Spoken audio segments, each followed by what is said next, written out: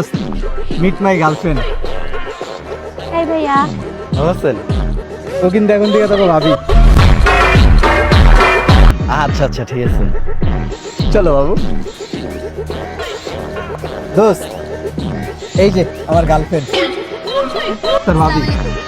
ওয়ালাইকুম আসসালাম। তোর গার্লফ্রেন্ড? হ্যাঁ, সুন্দর আছে না? হ্যাঁ, ভালো আছেন আপনি? ঠিক আছে, ভাবি হয় দেখে রাইস। চলো বাবু, আমি একটু ঘুরে আসি।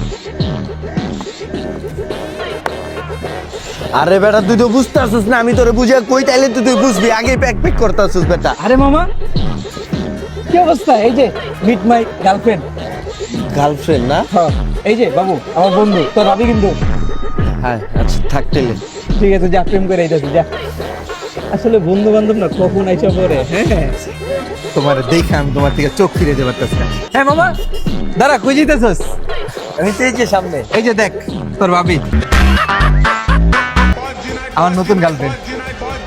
ভাবি না? ভাবি আসসালামু আলাইকুম। ওয়ালাইকুম আসসালাম। আচ্ছা ভাবি, যদি একটু মনে না করেন, ওর লাগে আমার একটু কথা আছে। হ্যাঁ, আচ্ছা ঠিক আছে। এক মিনিট। কি মামা? তুই আগে আমার নাটক করস তুই আমার লগে, জানো যে আমি সিঙ্গেল, ডাক দেই মামা এটা ভাবি, এটা ভাবি, এটা ভাবি, সব যদি ভাবি হয় তাহলে বউই বকুন্ডা। আর তোগুলো না আঙ্গ মতো পোলাটি সিঙ্গেল, সব যদি প্রেম তুই করস তাহলে আমরা কি করুম? তোগুলো আঙ্গ হাতে সাবান তুলতে হয় বেটা।